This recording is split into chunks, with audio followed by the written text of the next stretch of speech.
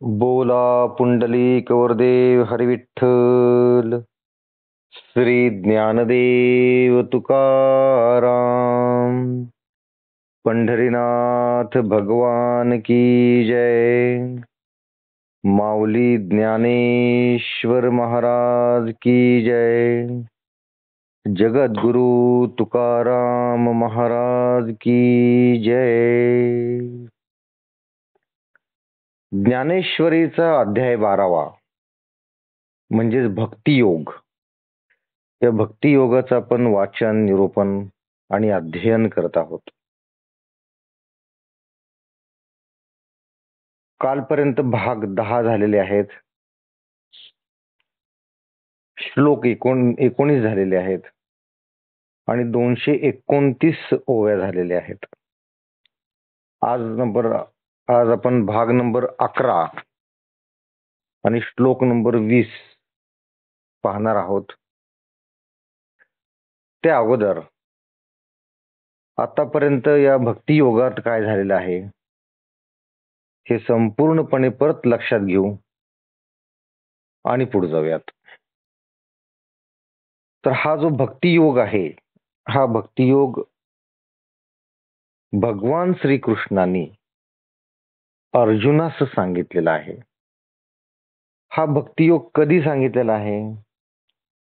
तर 11व्या अध्यायात आपण पाहिलं की अर्जुनाने ज्यावेळेस विश्वरूप पाहिलं तो घाबरला, विस्मयचकित झाला.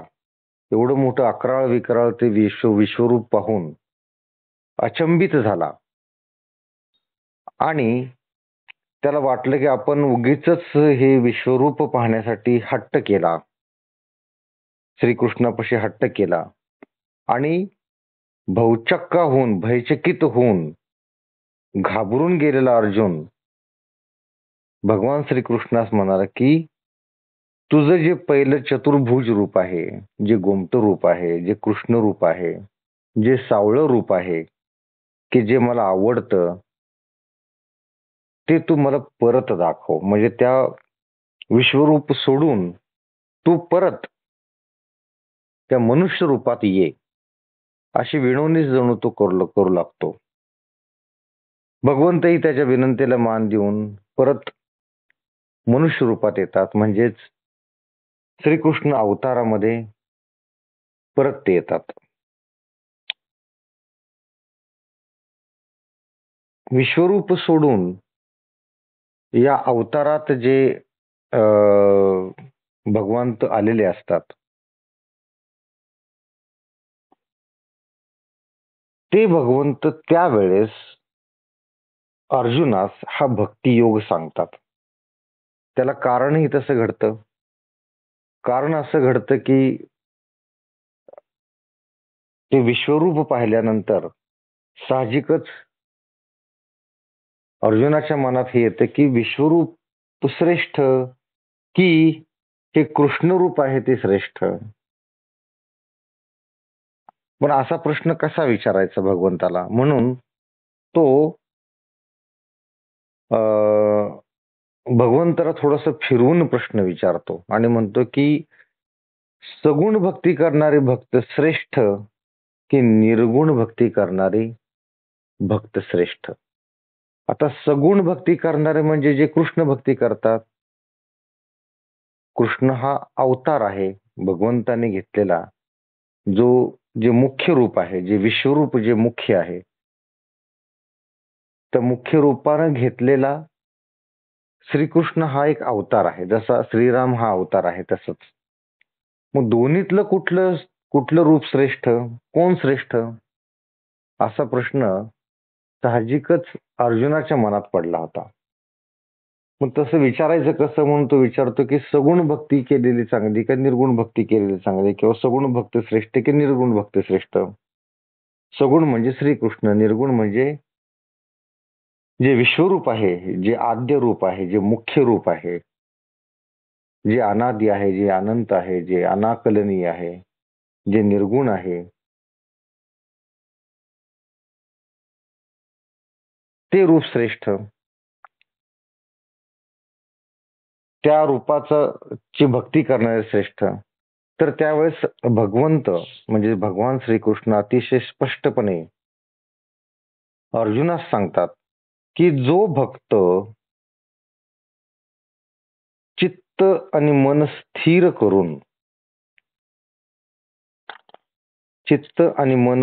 करून मनोभावे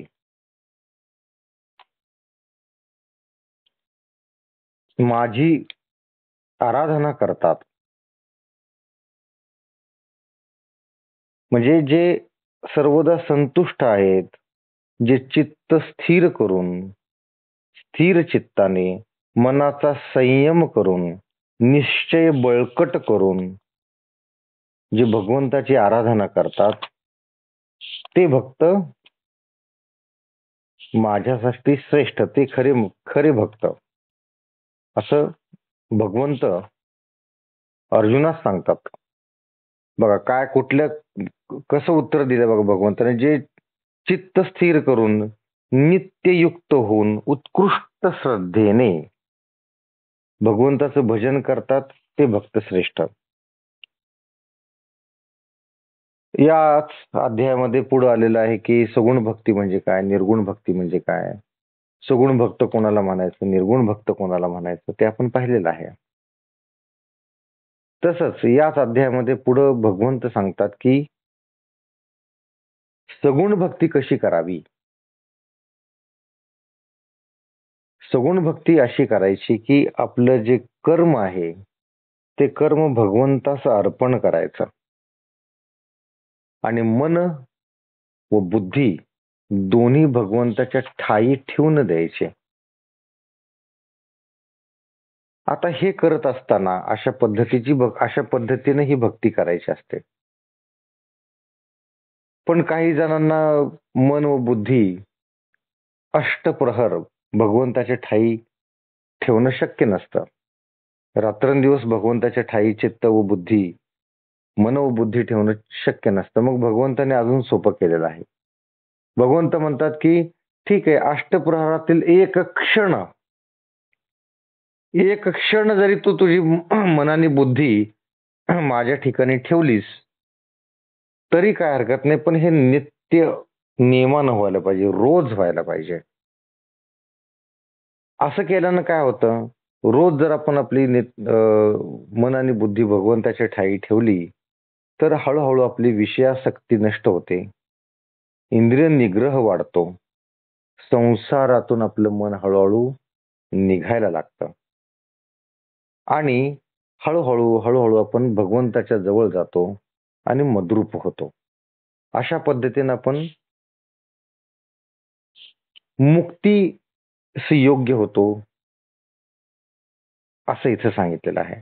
आता हे करत असताना भगवंत म्हणतात की मन व बुद्धी एक क्षण ठेवणं किंवा रोज एक क्षण माझ्या ठिकाणी ठेवणं म्हणजे ह्याला अभ्यास योग असं म्हटलेलं आहे. म्हणजे नित्य नियमानं जर तुम्ही एखादी गोष्ट करता तर त्याला इथं भगवंताने या गोष्टीला अभ्यास योग असं म्हटलेलं आहे. तर या अभ्यास योगाच्या साह्यानं तुला भगवत प्राप्ती होईल, तू मद्रूप होऊन जाशील, मुक्त होऊन जाशील असं सांगितलेलं आहे. आता समजा हे सुद्धा करणं शक्य नसेल, अष्टप्रहरातील एक क्षण सुद्धा तुम्हाला भगवंताच्या ठिकाणी मन व बुद्धी ठेवणं शक्य नसेल तर भगवंत म्हणतात की ठीक आहे, तू फक्त माझ्या उद्देशाने कर्म करत राहा. तू फक्त माझ्या उद्देशाने म्हणजे भगवंताच्या प्राप्तीच्या उद्देशाने जर तू कर्म करत राहिलास तरी तुला मोक्ष प्राप्ती होईल. आता समजा हे सुद्धा करणं कोणाला शक्य नसेल तर अजून भगवंतांनी भक्तासाठी अजून सोपं केलेलं आहे. ते म्हणतात की तू फक्त मनाचा संयम कर आणि अनन्य भावाने मला शरण ये आणि कर्मफलाचा त्याग कर. आता याच्यामध्ये कर्मयोग आलेला आहे. या 6व्या भागामध्ये कर्मयोग आलेला आहे. काय सांगितले भगवंतांनी की मनाचा संयम कर म्हणजेच इंद्रिय निग्रह कर. अजून काय, अनन्य भावाने मला शरण ये. अजून काय करायचं ते की कर्मफलाचा त्याग करायचा. म्हणजे कर्मापासून फलप्राप्तीची इच्छा करायची नाही, इंद्रिय निग्रह करायचा आणि आपली जी कर्मे आहेत त्या कर्मापासून मिळणाऱ्या फळाचा त्याग करायचा आणि आपली कर्मे असं का करायचं? बघा, आपण ज्यावेळेस जन्म घेतो त्यावेळेस काही ना काहीतरी आपल्याकडून कर्म होत असतात. चांगली कर्म होतात, वाईट कर्म होतात. याचा हिशोब शेवटी कुठं ना कुठं तरी होतोच. आपल्या पूर्ण जन्मामध्ये आपण जर चांगली कर्म जास्त केली तर पुढच्या जन्मी आपल्याला त्याचं चांगलं फळ मिळतं. समजा आपल्याकडून वाईट कर्म जास्त झाली असतील तर पुढच्या जन्मी आपल्याला ते कर्म भोगावी लागतात. म्हणजे काय, दोन्ही गोष्टींच्या दोन्ही म्हणजे कर्म चांगला असो किंवा वाईट असतो, पुढचा जन्म आपल्याला घ्यावाच लागतो.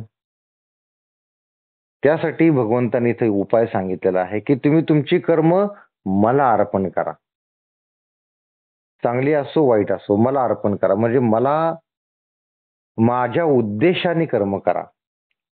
भगवंताच्या उद्देशाने कर्म केले की अर्थातच चांगलीच कर्म होणार.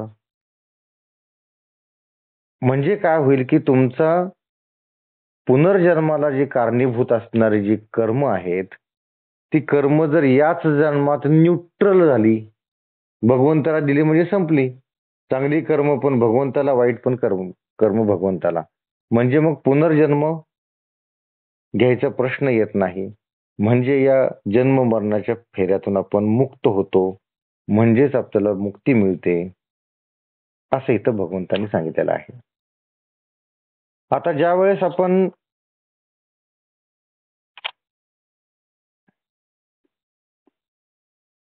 हे ज्ञान आपल्याला प्राप्त होतं, हे जे कर्मयोगाचं ज्ञान आपल्याला अभ्यासाने प्राप्त होतं, तर अभ्यासाच्या योगानं ज्ञान प्राप्ती होते. ज्ञान प्राप्ती झाल्यानंतर ध्यान करता येतं आणि ध्यानातून आपल्याला शांती मिळते, शांतीची प्राप्ती होते. आता भगवंत पुढे जाऊन काय म्हणतात की मग कोणते भक्त प्रिय आहेत, भगवंताला कोणते भक्त प्रिय आहेत ते भगवंतांनी सांगितलेलं आहे. ते म्हणतात की असे जे भक्त आहेत ते कोणाचाही द्वेष करत नाही, जे सर्व भूतांचा मित्र आहे, म्हणजे सर्व प्राणी मात्रांचा, माणसांचा, सगळ्यांचा मित्र होऊन वागतो, जो दयाळू आहे, जो ममत्व शून्य आहे. म्हणजे ममत्व शून्य म्हणजे स्वतःवर प्रेम करणारा, म्हणजे तो स्वतःवर प्रेम करत नाही असा तो तो ममत्व शून्य, किंवा ज्याला सुख व दुःख समान आहे असा तो क्षमावान आहे. असा जो क्षमावान आहे तो मला प्रिय आहे. अजून काय सांगतात बघा भगवंत, या प्रिय भक्ताची भरपूर लक्षणं यात सांगितलेली आहेत. पुढे काय सांगतात, श्लोक नंबर 14 मध्ये सांगतात की जो सर्वदा संतुष्ट आहे, मनातून अगदी संतुष्ट, म्हणजे कुठल्याही गोष्टीची अपेक्षाच नाहीये, संतुष्ट मन आहे ज्याचं, ज्याचं चित्त स्थिर आहे, ज्याचा मनाचा संयम झालेला आहे, निश्चय बळकट आहे आणि मन व बुद्धी ज्याने भगवंताला अर्पण केली आहे, असा जो भक्त तो भगवंतास प्रिय आहे.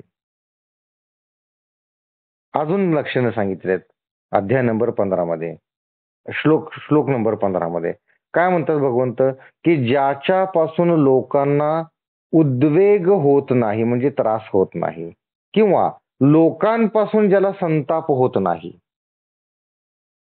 आणि विषय संबंधी आनंद, क्रोध व भय व त्रास या सर्वांपासून जो मुक्त आहे तो मला प्रिय आहे. 16व्या श्लोकामध्ये अजून लक्षण आलेले आहेत. काय म्हणतात बघा भगवंत की जो माझा भक्त निस्पृह आहे, बाहेर बाह्य पवित्र आहे, दक्ष आहे, उदासीन आहे, निर्भय व फळाच्या इच्छेने कोणतेही कर्म न करणारा असा असतो, तो मला प्रिय आहे. अजून पुढे काय सांगतात बघा की जो इष्ट वस्तूंच्या लाभापासून हर्षाने उच्चंबळत नाही, किंवा ती गोष्ट न मिळाल्याने खेद मानित नाही किंवा त्या गोष्टीचा वियोग झाला असता शोक करत नाही व ती प्राप्त होण्याची इच्छा करत नाही, म्हणजे जो स्थिर बुद्धी आहे, जो वर्तमानात राहतो. पुढे काय सांगितलं, जो शुभाशुभ कर्माचा अत्यंत त्याग करतो व माझी भक्ती करतो तो मला प्रिय आहे. पुढं 18व्या श्लोकात काय आलं बघा, की जो शत्रूशी आणि मित्राशी सारखाच वागतो, म्हणजे ज्याच्या मनामध्ये समभाव आहे, मान आणि अपमान सारखाच मानतो, शीत व उष्ण, सुख व दुःख हे सगळं सारखंच मानतो, ज्याने सर्व संग वर्ज्य केलेले आहेत, तो स्थिर असणारा स्थिर मनाचा जो भक्त आहे तो मला प्रिय आहे. अजून पुढे काय सांगतात बघा, की ज्याला निंदा आणि स्तुती समान आहे, जे आपण कालच्या भागात पाहिलेलं आहे. म्हणजे कोणी निंदा करू कोणी स्तुती करू काही फरक पडत नाही त्याच्यात, असा तो. आणि जो मौन धारण करतो, म्हणजे कमी बोलणार आहे तो, असा तो. आणि जो मिळेल त्यात तो संतुष्ट असतो, ज्याचे कोणाच्याही ठिकाणी ज्याचे कुठलेही ठिकाण ठरलेले नाही, म्हणजे तो सर्वत्र भ्रमण करत असतो, एका ठिकाणी स्थिर होऊन राहत नाही, एकाच ठिकाणी घर बांधून राहत नाही, असा तो.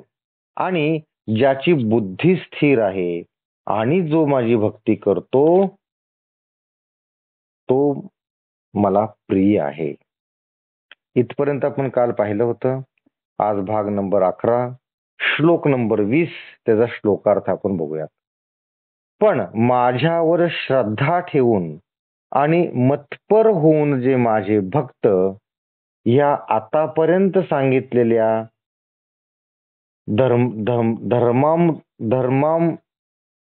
धर्मामृताचे सेवन करतात, धर्म अमृताचे सेवन करतात, ते मला अतिशय प्रिय आहेत.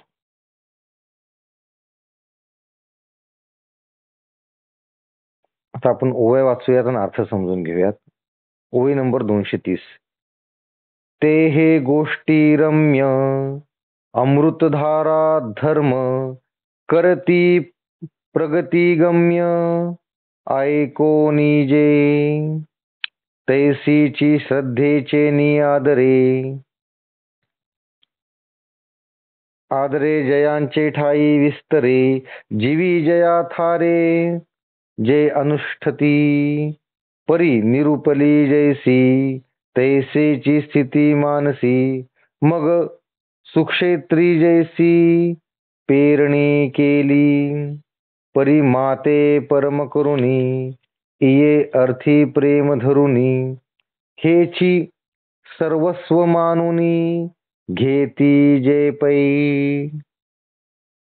पार्थागा जगी तेची भक्त तेची योगी उत्कंठा तया लागी अखंड मज ते तीर्थ ते क्षेत्र जगी तेची पवित्र भक्ती कथेसी मैत्र जया पुरुषा. त्या ह्या योगाच्या रम्य अमृत वर्षाव करणाऱ्या व धर्मास अनुकूल अशा गोष्टी ऐकून जे त्यांचा अनुभव घेतात, परत भक्तांची विशेषण इथे आलेले आहेत, की जो या योगाचा रम्य अमृत वर्षाव करणाऱ्या व धर्मास अनुकूल अशा गोष्टी ऐकून जे त्यांचा अनुभव घेतात, त्याचप्रमाणे त्या योगाचे ठिकाणी पूर्ण श्रद्धा ठेवून त्यांचे मनात तो उत्तम रीतीने ठसतो व त्याच विषयी आपले मनात पूर्ण विचार करून जे त्यांचे आचरण करतात, म्हणजे असे जे भक्त आहेत की जे योगाच्या रम्य व अमृत वर्षाव करणाऱ्या व धर्मास अनुकूल अशा गोष्टी ज्या गोष्टी आहेत त्या ऐकून त्याचा अनुभव घेतात. म्हणजे आपण ऐकलं की बाबा तीर्थक्षेत्र केल्यानंतर पुण्य लाभतं. ठीक आहे, मग त्याचा अनुभव घ्यायचा. आपण असं ऐकलं की काशीला गेल्यानंतर पुण्य लागतं. ठीक आहे, काशीला जाऊन यायचं. म्हणजे त्याचा त्याचा अनुभव घ्यायचा. शिवाय काय सांगितलेलं की त्याचप्रमाणे त्या योगाचे ठिकाणी पूर्ण श्रद्धा ठेवून हा जे काही सगळा योग सांगितलेला आहे त्याच्यावर पूर्ण श्रद्धा हवी ना. श्रद्धा नसेल तर काय होईल? मनात संशय निर्माण होईल. देव आहे का नाही? बघा किती मोठा संशय आहे. अशा लोकांना देव भेटेल का? ज्याच्या मनातच शंका आहे देव आहे का नाही, संपलंच. हे सगळं शास्त्र तिथं संपून गेलं. म्हणजे मनात श्रद्धा असणं किती गरजेचं आहे. म्हणून प्रत्येक ठिकाणी प्रत्येक श्लोकाच्या शेवटी भगवंतांनी इथं सांगितलेलं आहे की जो श्रद्धेनं मला भजतो तो मला प्रिय आहे. सगळ्यात महत्वाचं काय? श्रद्धा असणं महत्वाचं आहे. भगवंतावर विश्वास असणं महत्वाचं आहे. तर तेच इथं सांगितलेलं की पूर्ण श्रद्धा ठेवून ज्याचे मनात तो उत्तम रीतीने ठसतो व त्याच विषयी आपले मनात पूर्ण विचार करून जे आपले आचरण करतात व ज्यांच्या मनाची खरोखर अशी स्थिती होते त्यांना चांगल्या शेतात पेरणी केली असता जसे उत्तम पीक होते तसे उत्तम फलप्राप्ती होते. म्हणजे उत्तम फलप्राप्ती कोणाला होते? की जो धर्मास अनुकूल अशा गोष्टी ऐकून त्याचा अनुभव घेतो. अजून काय करतो? की जो पूर्ण श्रद्धा ठेवून त्याच्या मनात उत्तम रीतीने जो ठसवून घेतो. ठीक आहे. अजून काय करतो? की मनात पूर्ण विचार करून जे आपले आचरण सांगितल्या पद्धतीने करतात. अशा लोकांना जसं चांगल्या शेतात पेरणी केल्यानंतर उत्तम पीक मिळते तसेच यांना उत्तम फलप्राप्ती होते. परंतु मला परमश्रेष्ठ मानून, मला म्हणजे भगवंताला, परंतु मला परमश्रेष्ठ मानून व माझ्या ठिकाणी प्रेम धरून मी सर्व व्यापक आहे असे जे मानतात तेच या जगतात माझे भक्त व योगी होत. आणि म्हणूनच पार्था त्यांच्याविषयी मला अतिशय प्रेम आहे. की जे मला परमश्रेष्ठ मानतात. पहिली गोष्ट काय? भगवंताला परमश्रेष्ठ मानलं पाहिजे. दुसरी गोष्ट काय? माझ्या ठिकाणी प्रेम ठेवतात, माझ्यावर प्रेम करतात. अजून काय करतात? की मी सर्व व्यापक आहे असे जे मानतात. आपण सगळेच मानतो, कणाकणात देव, मनामनात देव. तर असे जे मानतात तेच या जगतात माझे भक्त आणि योगी आहेत. आणि म्हणूनच पार्था त्यांच्या ठिकाणी त्यांच्याविषयी मला अतिशय प्रेम आहे. अशा लोकांच्या विषयीच मला प्रेम आहे असं भगवंत म्हणतात. आम्ही तयाचे करू ध्यान ते आमुचे देवतार्जन ते वाचुनी आन गोमटे नाही. बघा भगवंत काय म्हणतात? असे जे भक्त आहेत जे माझ्यावर प्रेम करतात, मी सर्व व्यापक आहे असं मानतात, अशांवर मी प्रेम करतो. आणि ज्यांना भक्ती कथा अत्यंत आवडते तेच या जगतात आमचे तीर्थक्षेत्र, तेच आमचे क्षेत्र, तेच आमचे तीर्थ व तेच पवित्र पुरुष आहेत. अशा भक्तांना भगवंत काय म्हणतात बघा की तेच आमचे तीर्थ आहेत आणि तेच आमचे क्षेत्र आहेत. म्हणजे अशा भक्तांना स्वतः देव देवांच्या देवाची उपमा देत आहेत आणि त्यांचे आम्ही ध्यान करतो. अशा भक्तांचे आम्ही म्हणजे भगवंत ध्यान करतात आणि तेच आमचे पूर्ण दैवत आहे. असे भक्तच आमचे पूर्ण दैवत आहे असं भगवंत स्वतः सांगत आहेत व त्याशिवाय आम्हाला दुसऱ्या कोणतीही आवडीची गोष्ट नाही. असे भक्तच मला आवडतात. तयांचे आम्हा व्यसन ते आमुचे निधी निधान किंबहुना समाधान ते मिळती तै पै प्रेमळाची वार्ता जे अनुवादाती पंडुसुता ते मानू परमदेवता आपुली आम्ही. म्हणजे असे जे भक्त आहेत त्यांचाच आम्हाला नाद लागतो व तेच आमच्या ठेवा आहेत. फार काय सांगावे, त्यांना पाहिल्याशिवाय आम्हाला समाधान होत नाही. ही अवस्था खरं कोणाची असते? मीराबाई माहितीये तुम्हाला? श्रीकृष्णाची अतिशय नितांत भक्ती करणारी, रात्रंदिवस श्रीकृष्णाचं भजन करणारी. तर मीराबाई तहान भूक हरपून श्रीकृष्णाचे भजन करत असे कायम. श्रीकृष्णाची मूर्ती डोळ्यासमोर यावी, श्रीकृष्णाची मूर्ती हातात घेऊन ती भजन करत असे. तसंच मीराबाईची जशी भगवंतावर भक्ती होती तसेच भगवंताची अशा भक्तांवर भक्ती असते. काय म्हणतात बघा भगवंत, की त्यांचाच आम्हाला नाद लागतो. इथं व्यसन असा शब्द आलेला आहे, म्हणजेच नाद लागतो व तेच आमचा ठेवा आहेत. फार काय सांगावे, त्यांना पाहिल्याशिवाय आमचं समाधान होत नाही. असे कितीतरी भक्त आहेत की भगवंताचं दर्शन केल्याशिवाय, पांडुरंगाचं दर्शन केल्याशिवाय, गणपतीचं दर्शन केल्याशिवाय त्यांना समाधान लाभत नाही. त्याशिवाय ते आपली दिनचर्या सुरूच करत नाहीत. तसं भगवंताचं होतं. त्यांना अशा भक्तांचं दर्शन घेतल्याशिवाय समाधान लाभत नाही.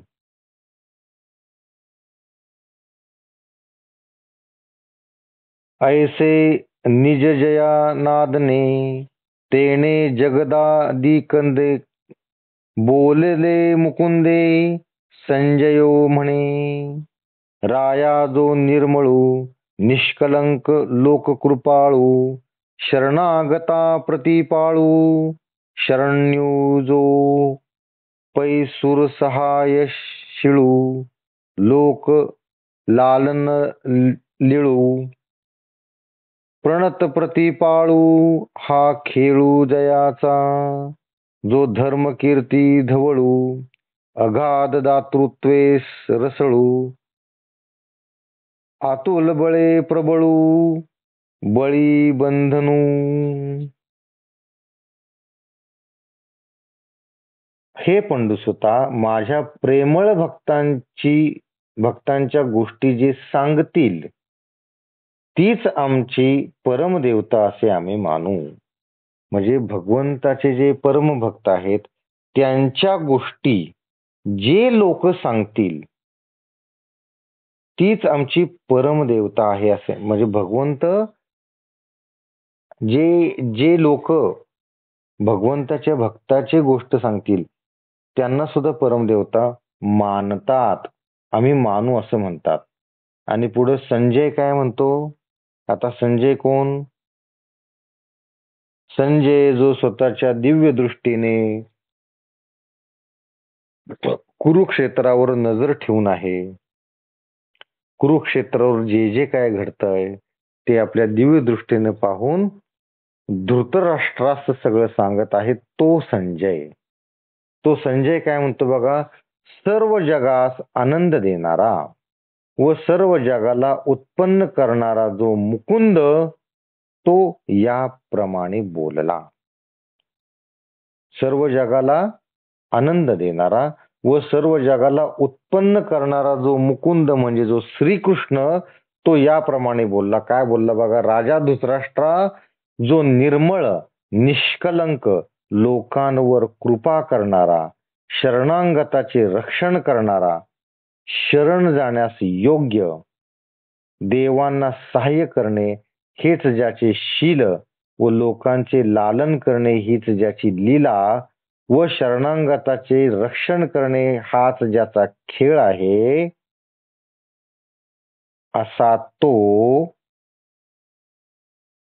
पुढचा आपण वाचूयात.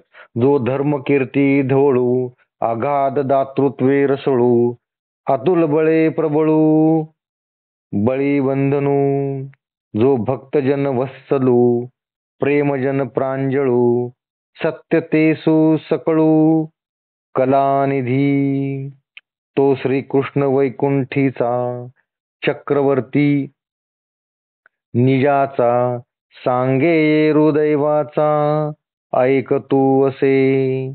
आता यायावरी निरुपती परी, संजयो म्हणे अवधरी, अवधरी धृतराष्ट्रे, तेची रसाळ कथा मराठिया प्रतिपथा, आणि जेल आता अवधारी जो. ज्ञानदेव म्हणे तुम्ही, संत वेळ गावोती आम्ही, हे पडविले जो स्वामी निवृत्ती देवी.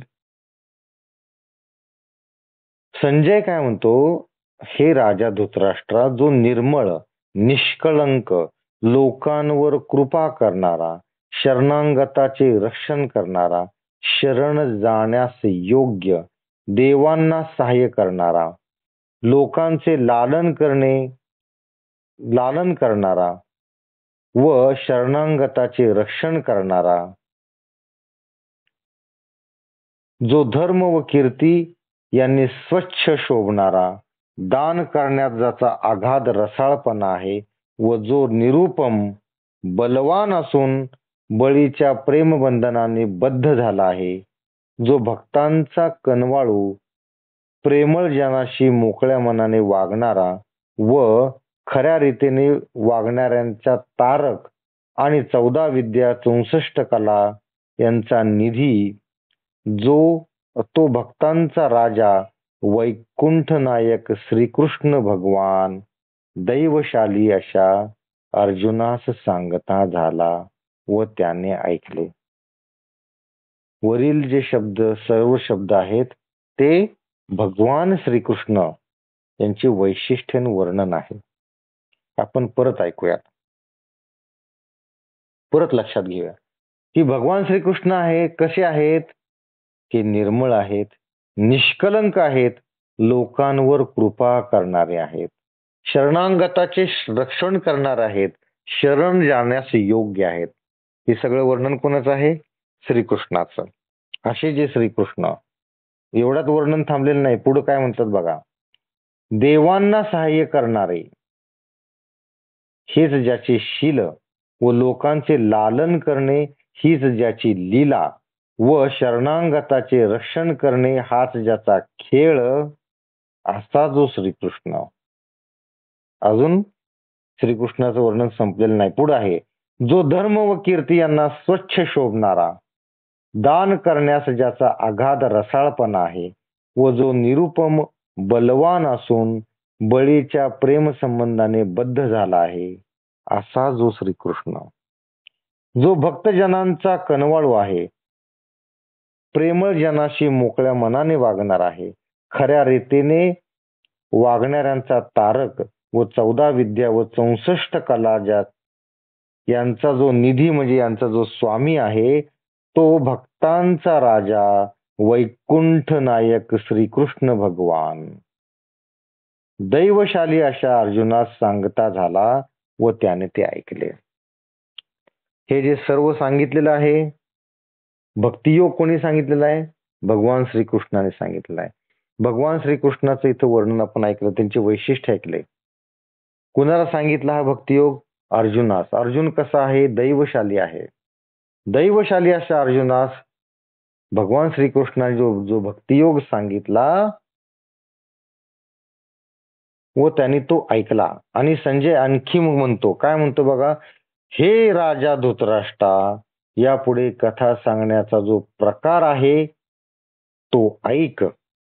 तीच रसभरीत गोष्ट मराठी भाषेत आम्ही सांगू ती ऐका, ज्ञानदेव म्हणतात. आता आतापर्यंत संजय बोलत होता, आता भगवंत काय म्हणतात, ज्ञानेश्वर माऊली काय म्हणतात बघा. ज्ञानदेव म्हणतात, श्रोते हो, तुम्हा सारख्या संतांना आम्ही शरण जावे, हेच आम्हास आमच्या गुरूंनी म्हणजेच निवृत्तीनाथांनी शिकवले आहे. ज्ञानेश्वर माऊली किती नम्र आहेत बघा, किती लीन होऊन म्हणतात. आपणास उद्देशून म्हणतात, श्रोत्यांना उद्देशून काय म्हणतात की श्रोते हो, तुम्हा सारख्या संतांना आम्ही शरण जावे. आपल्याला संत म्हणत आहेत आणि माऊली काय म्हणतात की तुम्हा सारख्या संतांना आम्ही म्हणजे ज्ञानेश्वर माऊलींनी शरण जावे, हेच आमच्या गुरूंनी निवृत्तीनाथांनी आम्हाला शिकवलेलं आहे. धन्य तो शिष्य ज्ञानदेव आणि धन्य तो गुरु निवृत्तीनाथ. तर इथं हा अध्याय नंबर 12 समाप्त होत आहे. यानंतर आपण उद्या या अध्याय नंबर 12 संपूर्ण एकदाच आपण यात काय काय सांगितलेलं आहे सविस्तर आपण लक्षात घेऊयात. आणि परवा दिवशी म्हणजे त्यानंतरच्या भागामध्ये आपण 13वा अध्याय चालू करणार आहोत. सर्वांनी डोळे मिटायचे आहेत, हात जोडायचे आहेत. संपूर्ण जो 12वा अध्याय आपण ऐकला त्याचं थोडक्यात मनामध्ये स्मरण करायचं आहे. बोला पुंडलिक वरदेव हरी विठ्ठल, श्री ज्ञानदेव तुकाराम, पंढरीनाथ भगवान की जय, माऊली ज्ञानेश्वर महाराज की जय, जगद्गुरु तुकाराम महाराज की जय, सर्व संतों की जय. जय जय रघुवीर समर्थ.